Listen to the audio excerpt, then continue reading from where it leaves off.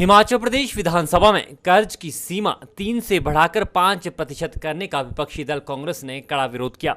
सदन में विधेयक पर चर्चा के दौरान कांग्रेस के विधायकों ने खूब हंगामा किया।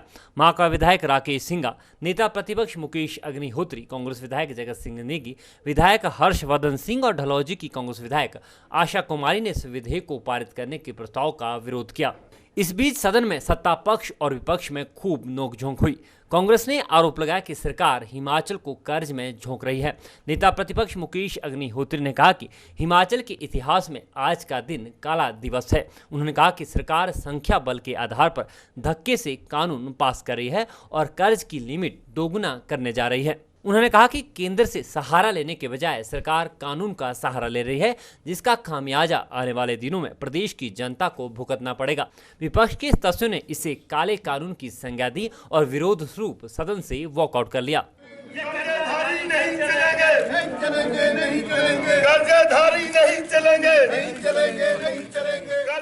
वॉकआउट के बाद नेता प्रतिपक्ष मुकेश अग्निहोत्री ने कहा कि कर्ज की लिमिट डबल करने का कानून प्रदेश की जनता पर भारी पड़ेगा। उन्होंने कहा कि डबल इंजन की सरकार के यदि दोनों इंजन सही काम करते हैं तो पैसा केंद्र से लेकर आए। उन्होंने कहा कि मंत्रिमंडल के सभी सदस्य दिल्ली जाएं और प्रधानमंत्री और वित्त मंत्री से मिलकर प्रदेश को फाइनेंशियल पैकेज देने की मांग करें।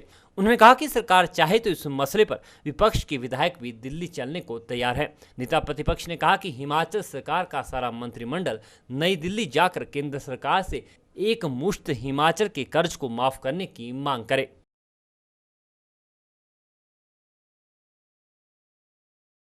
देखो, आज का दिन एक काला दिवस है हिमाचल प्रदेश के इतिहास में। हिमाचल प्रदेश सरकार धक्के से कानून पारित कर रही है अपने जो है संख्या बल के आधार पे, और कर्जे की लिमिट डबल करने जा रही है। और हिमाचल प्रदेश का कर्जा जो है उसमें केंद्र से मदद लेने की बजाय जो केंद्र को पैसा देना चाहिए था वो केंद्र ने दिया नहीं, और इन्होंने जो है और उन्होंने केंद्र ने इनको कह दिया कि आप कर्जा ले लो। ये कानून लेके आगे FRBM कानून में पहली दफ़ा जो है कानून लेके आए जिसमें ये कहा गया है कि 3% की बजाय लिमिट 5% तक बढ़ाई जा रही है। इतने बड़े पैमाने पे कर्जे लिए जाएं और वो उसके लिए कानून लाया जाए, 2019-20 के लिए कानून लेके आ गए हैं, और हमने इनको कहा है कि आप ऐसे मत करो। आप इसको करने की बजाय जो है कैबिनेट इस पे पुनर्विचार करे। नंबर 1, आप यहाँ से जो है इस बिल को वापस ले लो, आप इसको जो है सेलेक्ट कमेटी को भेज दो, या जो है आप जो है सारी कैबिनेट जो है दिल्ली जाए, प्रधानमंत्री से मिले, वित्त मंत्री से मिले और केंद्रीय वित्त राज्य मंत्री से मिले, और उनको बताएं कि हमें जो है फाइनेंशियल पैकेज दिया जाए, हमारी मदद की जाए, कर्जा लेने की लिमिट बढ़ाएंगे। ये सारा जो है जनता को आगे पास होगा ये सारा खर्चा, और जो है आने वाले टाइम में महंगाई बढ़ेगी, इन्फ्लेशन बढ़ेगी, और जो है हर हिमाचली पे जो है कर्ज बढ़ेगा। और इसलिए हमने इनको बार बार रिक्वेस्ट की कि बोरिंग को सोर्स मत बनाओ आप, और आप जो है हिमाचल के लोगों को ऐसी जगह पहुंचा दोगे जहां वित्तीय बैंकरप्सी हो गई और हिमाचल फाइनेंशियल वाइबल यूनिट नहीं रहेगा।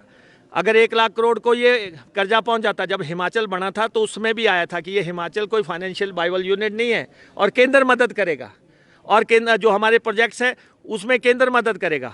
अब केंद्र से इनको बिल्कुल मदद नहीं हो रही है। जो हमारा जो टोटल कर्जा है केंद्र जो है जो अब तक जो 60,000 करोड़ का 61,500 करोड़ का है वो केंद्र एक मुश्त माफ़ करे, केंद्र माफ़ करे, और ताकि हिमाचल एक नई शुरुआत कर सके। वहीं माकपा विधायक राकेश सिंघा ने कहा कि आज हिमाचल प्रदेश की जनता के लिए सबसे दुर्भाग्यपूर्ण दिन है। कहा कि हमारा देश संविधान से चलता है और यह संघीय ढांचा है, लेकिन इस बिल के जरिए आज संघीय ढांचे पर हमला हुआ है। उन्होंने कहा कि इस कानून के जरिए सरकार ने प्रदेश की जनता को भारत सरकार के पास गिरवी रखने का फैसला लिया है। यही वजह है कि उन्होंने विधेयक का विरोध करते हुए सदन से वॉकआउट किया। आपने भी ऐतराज जताया उस पर, क्या प्रतिक्रिया आपकी जो है उसको लेकर है, कितना बोझ जो है प्रदेश पर बढ़ेगा? देखिए, ये सबसे दुर्भाग्यपूर्ण दिन है हिमाचल प्रदेश की जनता के लिए कि ये 3 और 5% फिस्कल डिफिसिट का नहीं है झगड़ा कि वित्तीय घाटा 3% होगा या 5% होगा।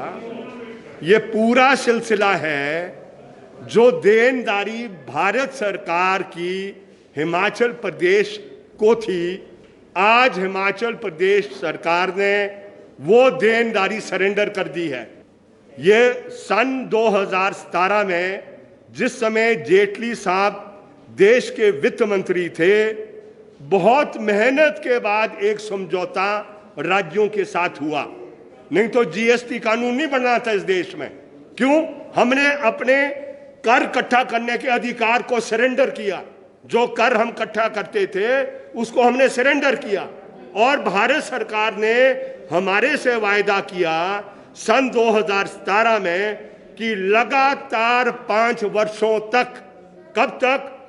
ये मार्च 2022 तक वो डेवोल्यूशन हमें 14% जो कर का हिस्सा है वो हिमाचल प्रदेश को सरकार को देते रहेंगे। तो इसलिए हम आज संघीय ढांचे पर भी आक्रमण हुआ है, और जितने भी हमारे अधिकार थे भारत सरकार से, जो हमें डेवोल्यूशन ऑफ फंड होना था, उसको हमने छोड़ दिया। इसका नतीजा क्या होगा? इसका नतीजा होगा अब हमें मार्केट से बोरो करना पड़ेगा। जब बोरो करेंगे तो उस पर इंटरेस्ट लायबिलिटी पड़ेगी। जब इंटरेस्ट लायबिलिटी पड़ेगी तो उसको पूरा कैसे करेंगे? वो तो फिस्कल घाटा अगली साल भी होना है अब, और वो होगा इकट्ठा जनता पर कर लगाने से। तो आज इन्होंने हिमाचल प्रदेश की जनता को हमेशा के लिए भारत सरकार के प्रति गिरवी रखने का फैसला ले लिया है। जिस तरीके से जम्मू कश्मीर का वो जो दर्जा है यूनियन टेरिटरी में बदल दिया, जब हम फाइनेंशियल वायबल नहीं होंगे, हमारे पास फाइनेंस नहीं आएंगे, केंद्र सरकार हमें नहीं देगी, तो हमें भीख भिखारी बना के छोड़ दिया है। हमें भीख मांगनी पड़ेगी, आज लोगों से कर इकट्ठा करना पड़ेगा। इससे बड़ा दुर्भाग्य वाला दिन हिमाचल प्रदेश की जनता का नहीं हो सकता। वहीं संसदीय कार्य मंत्री सुरेश भारद्वाज ने विधेयक पर विपक्ष के वॉकआउट को गलत करार दिया और कहा कि हिमाचल प्रदेश में कर्ज लेने की शुरुआत कांग्रेस सरकार के समय में हुई। पूर्व सरकार की गलतियों का भुगतान अब प्रदेश के लोगों को करना पड़ रहा है। उन्हें कहा कि जो कानून सदन में पारित हुआ है उसमें सरकार जीडीपी का 3% की जगह इस संशोधित विधेयक के तहत 5% ऋण लेगी। उन्होंने कहा कि कांग्रेस सरकार के समय की गलतियों को ठीक करने के लिए यह एक्ट लाया गया है और विपक्ष ने बिना पढ़े व बिना सुने ही एक्ट का विरोध करना शुरू कर दिया। संसदीय कार्य मंत्री ने कहा कि विपक्ष ने केवल मीडिया की सुर्खियों में बने रहने के लिए सदन से वॉकआउट किया है।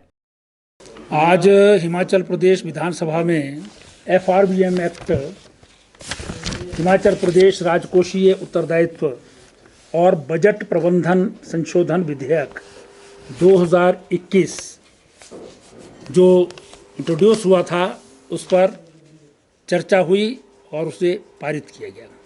हिंदुस्तान की पार्लियामेंट ने 2005 में FRBM एक्ट बनाया है, जिसके अनुसार सभी प्रदेशों को FRBM एक्ट बनाने की आवश्यकता है कि भी 12, 13, 14, 14, 15 का भी जो ज़्यादा है उसको भी रेगुलराइज कर दिया जाए। इनकी गलतियों को जो है वो ठीक करने के लिए हम ये अमेंडमेंट लाए हैं। अपना तो हमने एक्ट के मुताबिक ही, जैसे ही ये ज़्यादा लिमिट हुई, एज सून एज पॉसिबल जो वर्ड है एक्ट में उसके मुताबिक हमने ये अमेंडमेंट जो है वो हाउस में लाई। लेकिन सदन में जब इंट्रोड्यूस हुआ था तब भी इन्होंने ऑब्जेक्शन किया था, और हम समझते थे कि ये पूरी तैयारी और पढ़ करके आएंगे। लेकिन बड़े दुख के साथ कहना पड़ रहा है कि हिमाचल प्रदेश विधानसभा में विपक्ष के बहुत ही वरिष्ठ लोग जो सरकार में रहे हैं, उन्होंने ये अमेंडमेंट पढ़ी ही नहीं। उनको जानकारी ही नहीं थी कि क्या एक्ट जो है वो हम अमेंडमेंट लाए हैं, किसके ऊपर हमको जो है वो चर्चा करनी है। इसमें फ्यूचर का कोई मतलब ही नहीं है। ये तो सिर्फ 1 साल की रेगुलराइजेशन है। आइंदा अगर बोरोइंग जो है आपको लिमिट बढ़ानी होगी तो आपको जो है वो लेजिस्लेचर में आकर के एक्ट को अमेंडमेंट द्वारा से करनी पड़ेगी। हर साल करनी पड़ती है जब भी आप बोरोइंग करते हैं। तो इसलिए बिना पढ़े और बिना सुने, अगर सुन भी लेते, अगर खुद नहीं पढ़ा था तो सुन लेते और सदन में जो है वो चर्चा करते, तो हम समझते कि भी ये जो है वो जेन्युइन लेजिस्लेशन पर जो है वो डिबेट कर रहे हैं। लेकिन इन्होंने बिना सुने, बिना पढ़े जो भी कहा है वो सारा जो है वो एकदम गलत है। जनता को गुमराह करने वाला है, केवल मात्र जो है मीडिया को और गैलरी को प्रभावित करने के लिए सदन में जो है वो वॉकआउट किया है। अन्यथा एक भी शब्द इस एक्ट के ऊपर हमारे कांग्रेस के जितने भी नेता बोले हैं वो इस पर जो है कोई भी बोल नहीं पाया है, बोला ही नहीं, क्योंकि उन्होंने पढ़ा ही नहीं था, उनको मालूम ही नहीं है। एक्ट बड़ी छोटी सी लिमिटेड अमेंडमेंट थी ये। बाकी चीज़ें जो हैं वो अलग से बजट में इनको मौका मिला है, अनुमान मांगे उस पर ये बोल रहे हैं, उसके ऊपर जो है वो जो चाहें वो अलग से बोल सकते हैं। लेकिन इस एक्ट के पर जो आज की चर्चा का विषय था उसमें जो है वो बिल्कुल जो है वो गलत जो है वो चर्चा करके सिर्फ बाहर जो है वो गुमराह करने के लिए जो है इन्होंने अपने बयान दिए हैं, ये मेरा आरोप है। सर